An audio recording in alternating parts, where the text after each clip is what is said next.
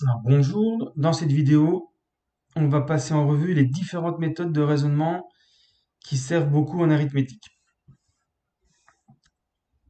Alors, donc, on va définir grand N, l'ensemble des antinaturels,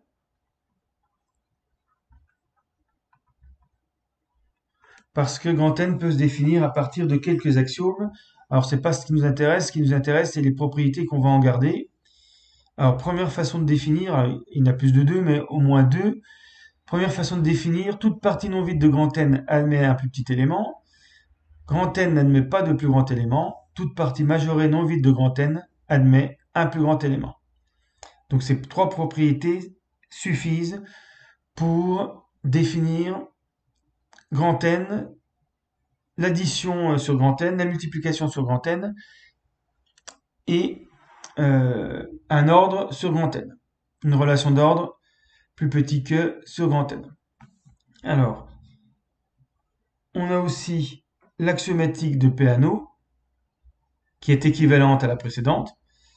0 est un antinaturel. Tout antinaturel possède un successeur. 0 n'est le successeur d'aucun nombre. Deux nombres entiers distincts ont des successeurs distincts. Et si une propriété est vérifiée par 0, et si pour tout antinaturel qui la vérifie, son successeur la vérifie aussi, alors elle est vraie pour tous les antinaturels. Là, on reconnaît la propriété de récurrence. Ces deux axiomatiques sont équivalentes, c'est-à-dire qu'on peut passer de l'une à l'autre. Donc on va garder toutes les propriétés des deux. Par exemple, dans la première, vous n'avez pas la propriété de récurrence, mais elle peut se démontrer. Dans la deuxième, elle fait partie des axiomes, donc elle ne se démontre pas. Ensuite, j'ai rajouté une propriété qui peut être pratique pour certaines démonstrations. Toute suite infinie décroissante d'antinaturel. Donc vous partez de 6 par exemple, elle est décroissante, pas strictement, mais comme elle est infinie, à un moment, elle va devenir stationnaire. C'est ce qu'on appelle une suite stationnaire. Alors ça peut être bloqué à 1 ou à 0, mais on ne peut pas descendre en dessous. Et on peut le dire de façon différente, tout de suite strictement décroissante, donc 6, 4, là c'est strictement décroissant. Il y a un moment, je vais être bloqué puisque je n'ai droit qu'aux antinaturels. Tout de suite strictement décroissante d'antinaturel est finie. Donc effectivement, là je suis bloqué. Je n'ai que 4 éléments à ma suite, strictement décroissante d'antinaturel. Voilà. Et puis, à partir de n, on définit aussi l'ensemble des entiers relatifs z. On rajoute les négatifs.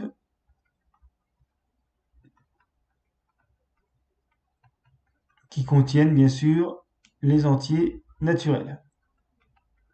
N est inclus dans z. Il faudrait transformer un peu les propriétés pour qu'elles restent valables dans z. Alors, on va passer tout de suite à un exemple. Déterminer le plus petit et le plus grand élément des ensembles suivants.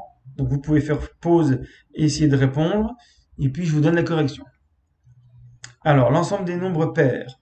0, 2, 4, etc. Il est infini.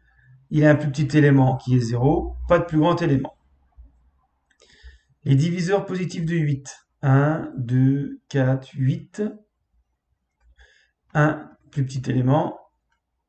8, plus grand élément. Les multiples positifs de 8. Alors, il faut faire attention, c'est la table du 8, mais elle commence à 0. 8 fois 0, 0. 8 fois 1, 8.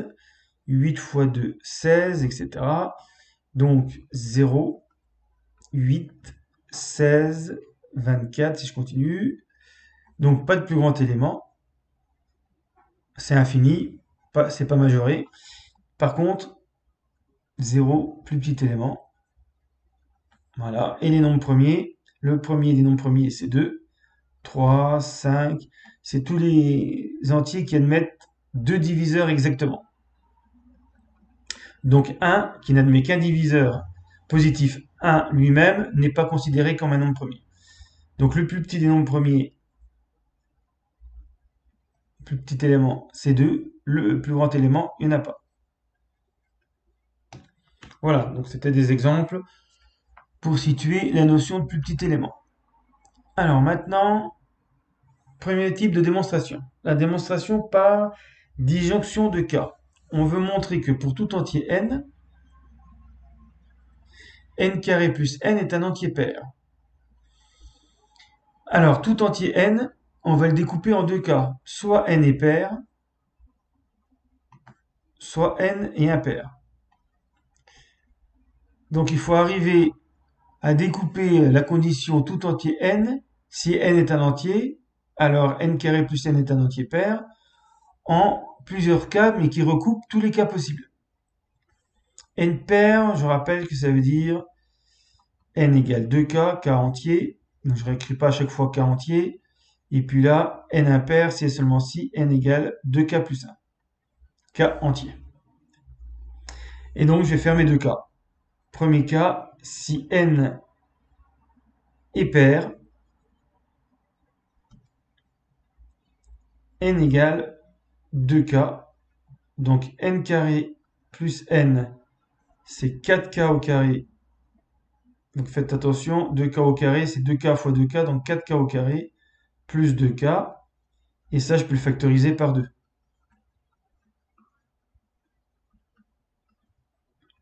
Donc c'est 2 fois grand K, et donc comme K, sous-entendu à chaque fois, est un entier, ça c'est aussi un entier. Donc n carré plus n est pair. Mais ça ne marche que si n est pair pour le moment. Il faut que je fasse le cas si n est impair.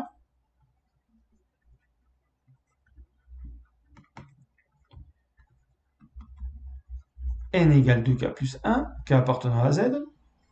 N carré plus n, ça devient 2k plus 1 au carré, plus 2k plus 1. Je développe 4k au carré, plus 4k, plus 1, plus 2k plus 1, ce qui me donne 4k au carré, plus 6k plus 2. Et je peux factoriser le tout par 2.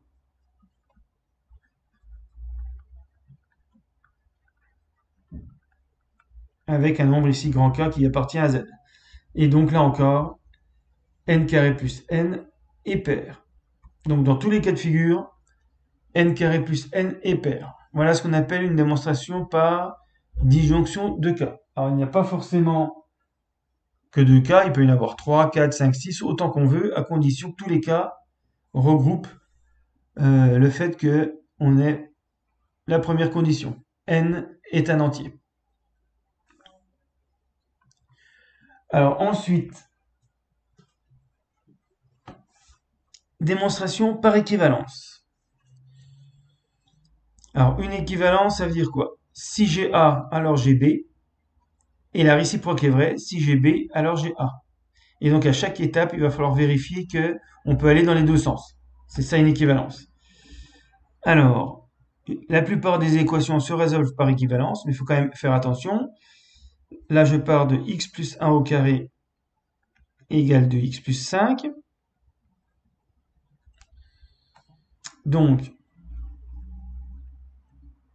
je peux aller dans ce sens-là parce que x plus 1 au carré, c'est x carré plus 2x plus 1.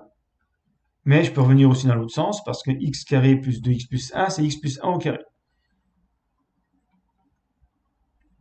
Je continue à résoudre. En supprimant le 2x, je ne romps pas l'équivalence. J'ai le droit de retirer moins 2x de chaque côté.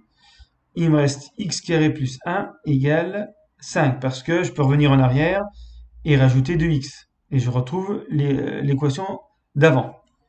Donc l'équivalence est toujours bonne. Même chose, je peux retirer 1 de chaque côté, ça fait x carré égale 4.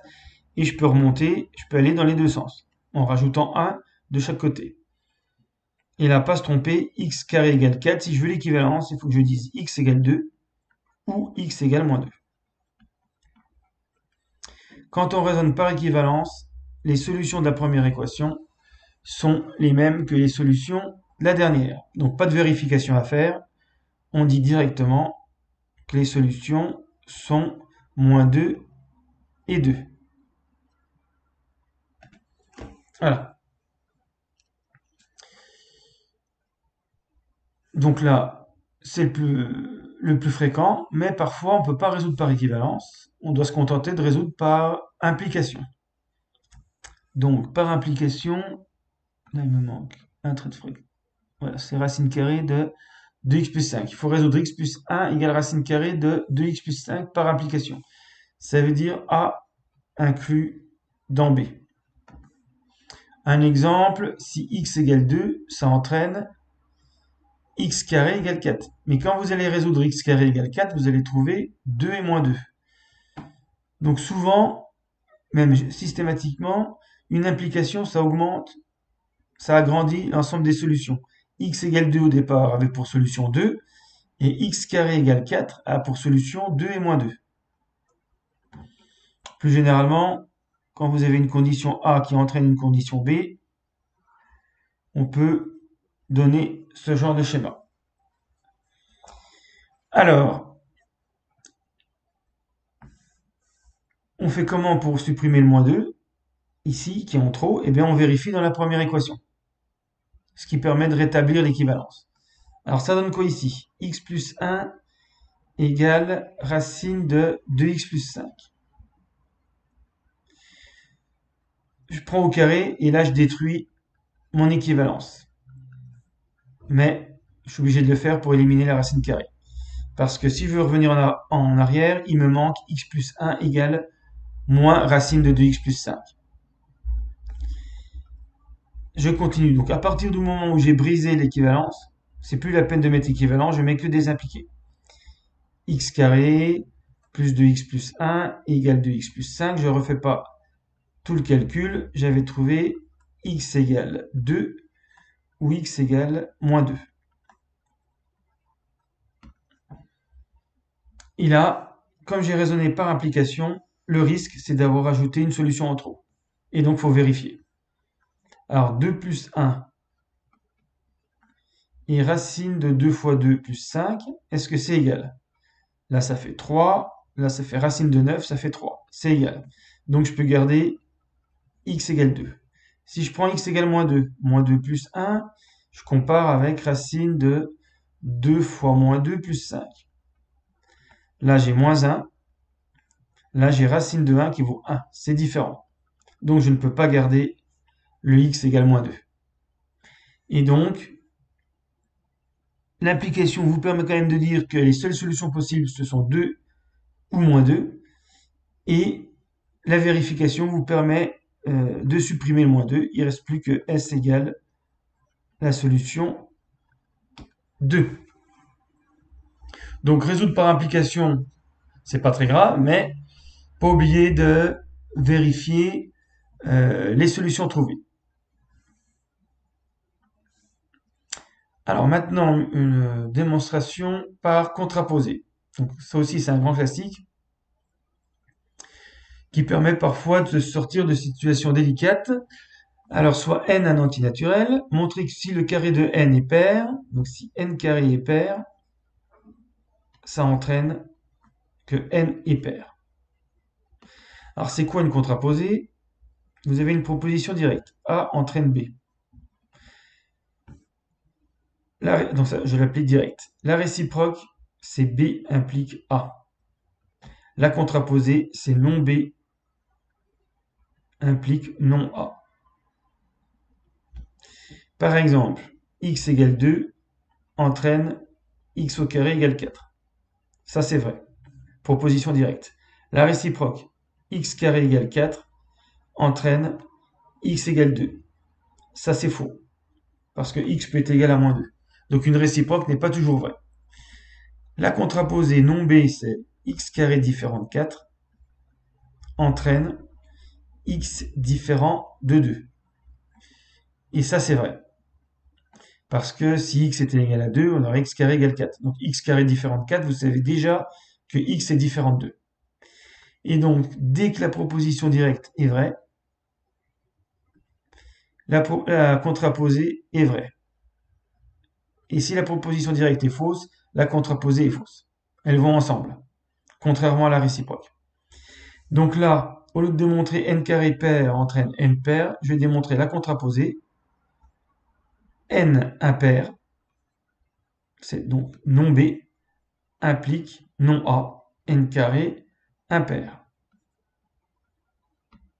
Et ça va être beaucoup plus simple. Si n est impair,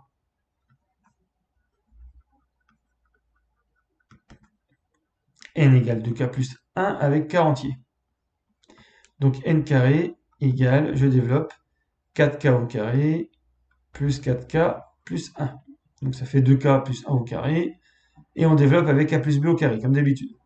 N carré, là les deux premiers, je peux les factoriser par 2.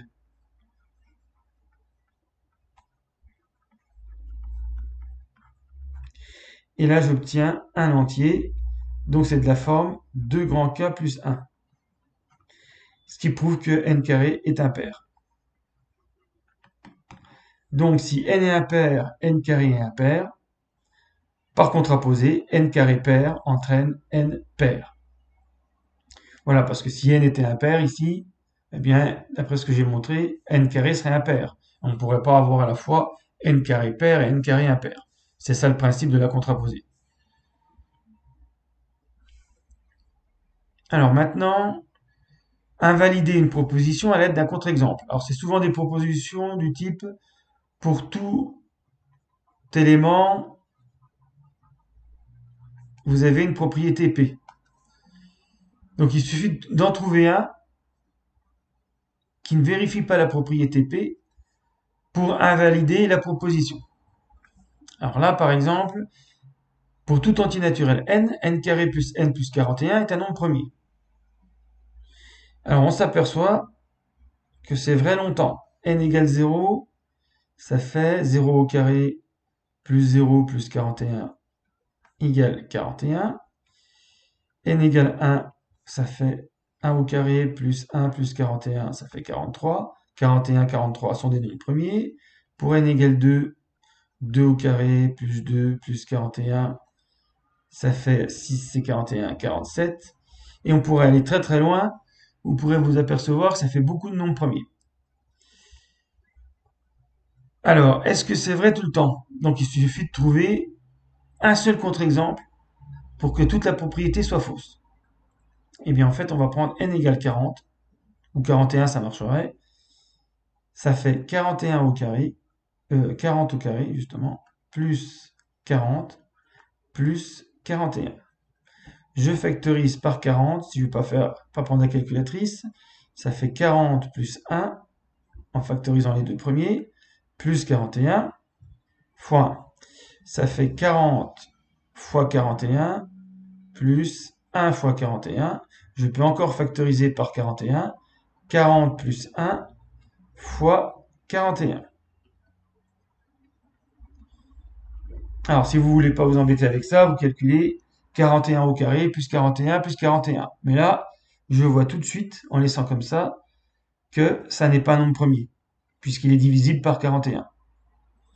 Donc, 40 au carré plus 40 plus 41, c'est 41 fois 41. Et donc, pour ce cas, pour n égale 40, n carré plus n plus 41 n'est pas un nombre premier, ce qui invalide donc ma propriété qui était censée être valable pour tout entier n. Alors maintenant, une démonstration par l'absurde. Je vais reprendre la démonstration de seconde pour montrer que racine de 2 n'est pas un nombre rationnel. Alors déjà, qu'est-ce que c'est qu'une démonstration par l'absurde? On suppose le contraire de ce qu'on veut démontrer, mais après on raisonne de façon tout à fait correcte et on aboutit à une contradiction ou une absurdité, ce qui prouve que l'hypothèse de départ était fausse. Alors, ça veut dire quoi? Le contraire de racine de 2 est un nombre irrationnel. Eh bien, on va supposer que racine de 2 est un rationnel, donc appartient à l'ensemble des rationnels qu'on note comme ça. Et tous les rationnels peuvent s'écrire sous forme d'une fraction irréductible. Donc P appartient à grand N et Q appartient à N étoiles, c'est-à-dire N privé de 0. Il ne peut pas s'annuler. Voilà. Donc, à partir de là, on va essayer d'aboutir à une contradiction. Alors, P sur Q, on va dire que on veut que ce soit une fraction irréductible. Dès qu'on peut mettre sous forme de fraction, on peut mettre sous forme de fraction irréductible. Alors, on va prendre cette relation, donc on va supposer que racine de 2 égale P sur Q. On va prendre cette relation et on va la mettre au carré. Ça fait 2 égale P au carré sur Q au carré, ce qui entraîne P au carré égale 2 fois Q au carré. Et comme Q est un entier, ça veut dire que P au carré est pair. Donc P, d'après une propriété précédente, P est pair. Mais si P est pair, je peux l'écrire P égale 2 fois K. Je remplace ici. Ça fait 4K au carré pour P au carré égale 2Q au carré. Je divise par 2, ça fait Q au carré égale 2 fois K au carré. Mais donc ça veut dire que Q au carré est pair. Donc Q est pair. Et c'est là qu'on a notre contradiction.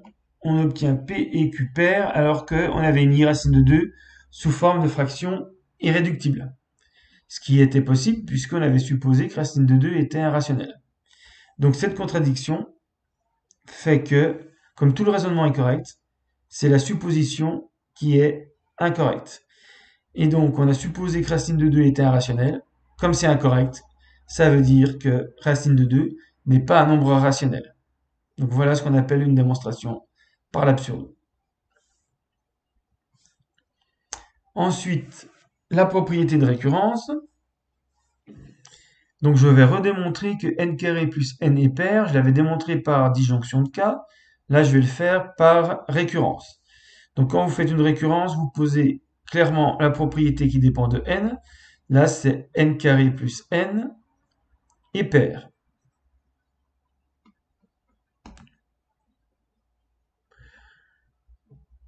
Alors là, l'inconvénient d'une démonstration par récurrence, c'est que ça ne marchera que pour les entiers naturels. Alors que par disjonction de k, on l'avait montré pour tout entier relatif.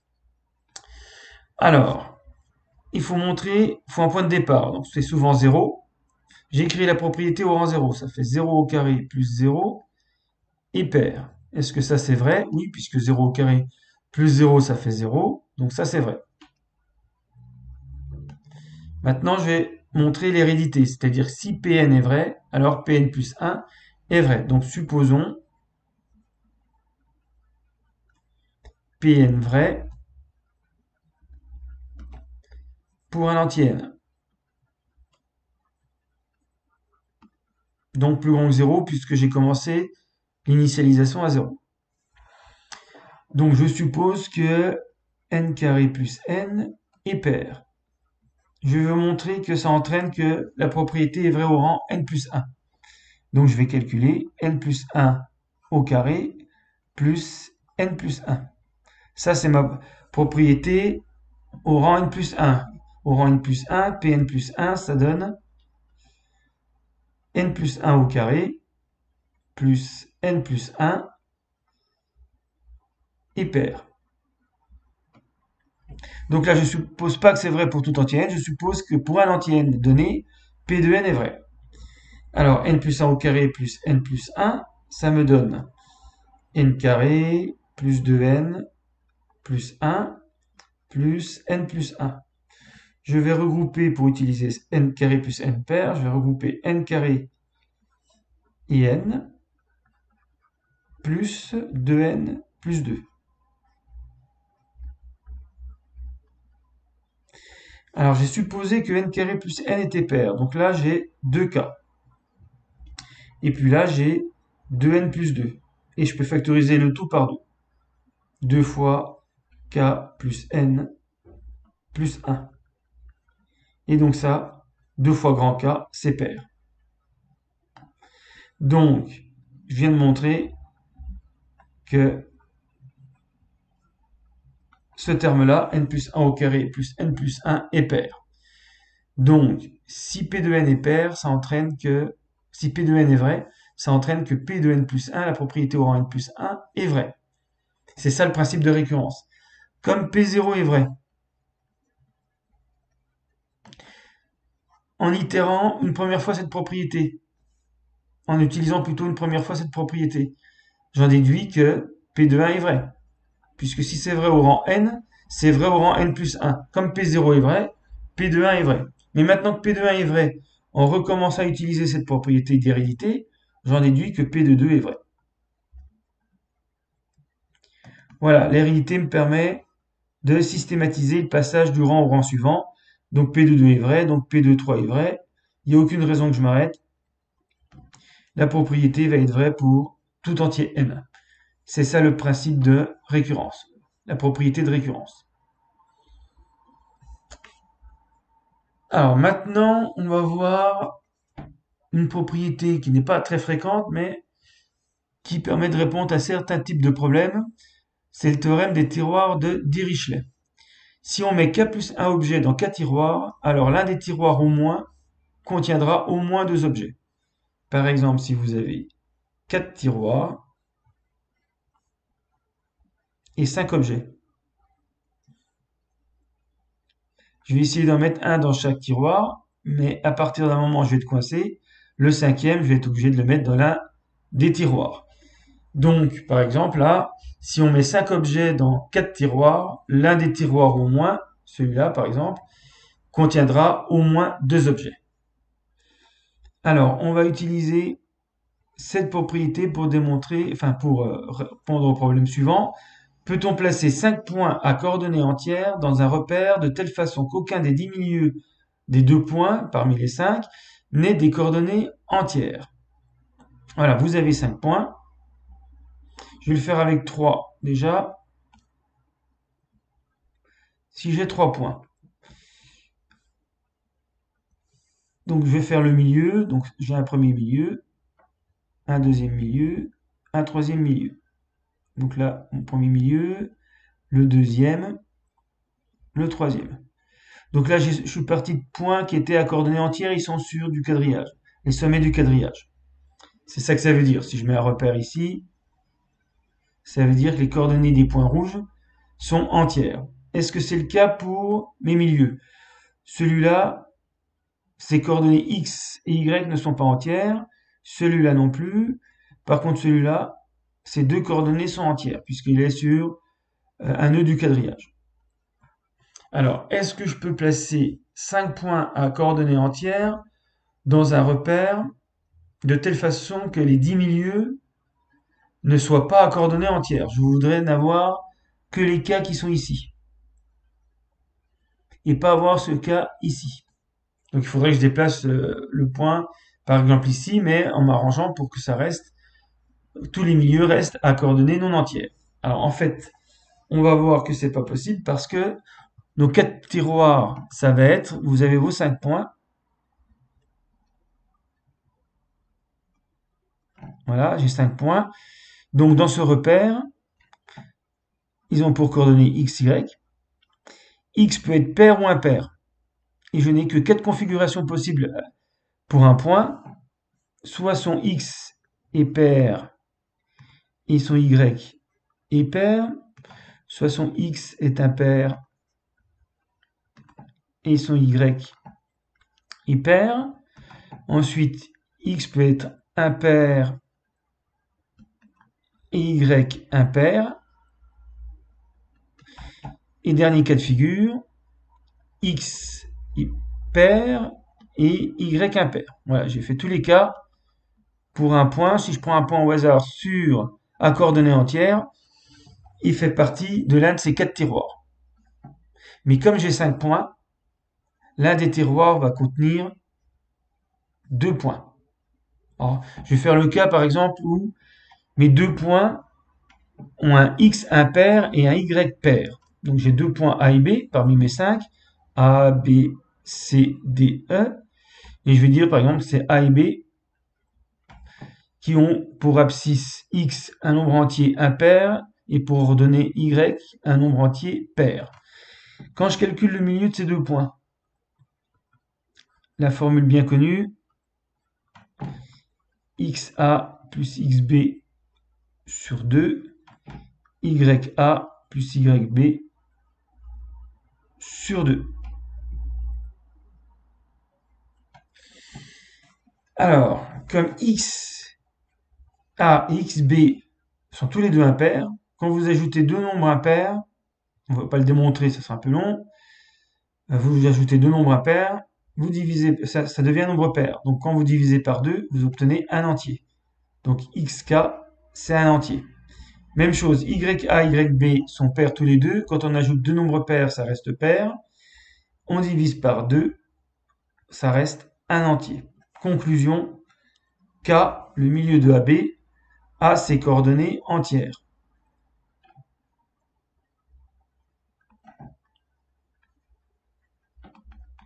Voilà. Donc, la réponse à la question, peut-on placer 5 points à coordonnées entières de telle façon qu'aucun des milieux ne soit à coordonnées entières? La réponse, c'est non. Puisque on aura toujours 2 points dans les mêmes tiroirs, et ces 2 points dans les mêmes tiroirs auront leur milieu, K ici, qui aura ses coordonnées entières. Donc, impossible de dessiner 5 points sur des nœuds de quadrillage.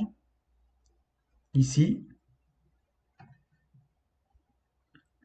vous trouverez toujours l'un des milieux de ces 2 points, ces 5 points, vous en trouverez toujours au moins un à coordonnées entières, donc sur un quadrillage. Par exemple, là j'ai fait au hasard, ces 2 points, leur milieu est sur un quadrillage, sur le nœud d'un quadrillage.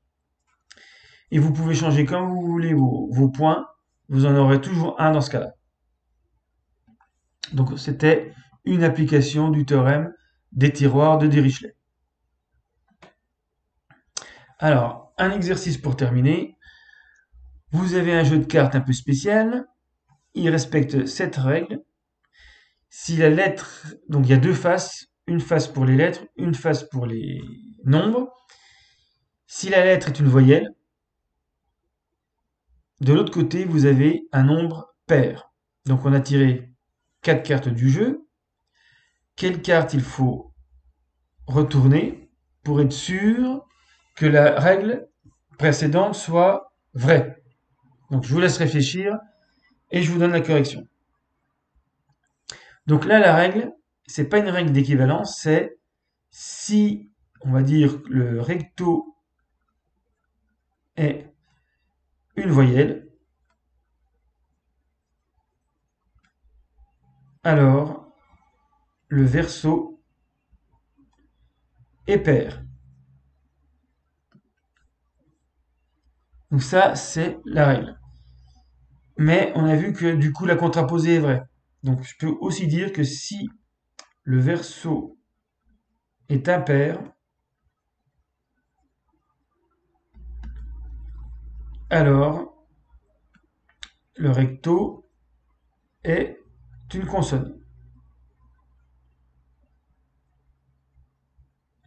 Et donc les deux doivent être vrais. Par contre, il ne faut pas s'occuper de la réciproque, puisque elle n'est pas donnée dans l'énoncé.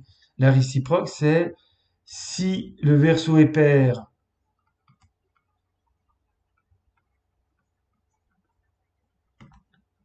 alors le recto est une voyelle. Il ne faut pas s'occuper non plus de sa contraposée. Si le recto est une consonne,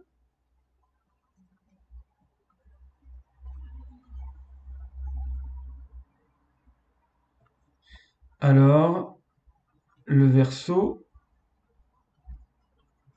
est impair. Ça, c'est pas forcément vrai. On ne s'occupe que de la proposition et de sa contraposée. Donc, quelles sont les deux cartes à vérifier? C'est A, parce que A est une voyelle, donc il faut retourner derrière pour voir si le verso est pair. Et si le verso est impair, c'est le cas du 5, il faut vérifier si de l'autre côté, on a une consonne. Parce que si on avait une voyelle, ça serait en contradiction avec si la lettre est une voyelle, alors l'autre face est un nombre pair. Donc il faut quand même vérifier le 5. Par contre, ça sert à rien de vérifier 2 et B. On peut avoir n'importe quoi derrière le 2, n'importe quoi derrière B. Il n'y a aucune règle par rapport à ces deux cartes. Donc il fallait retourner A et 5. Fin de la vidéo.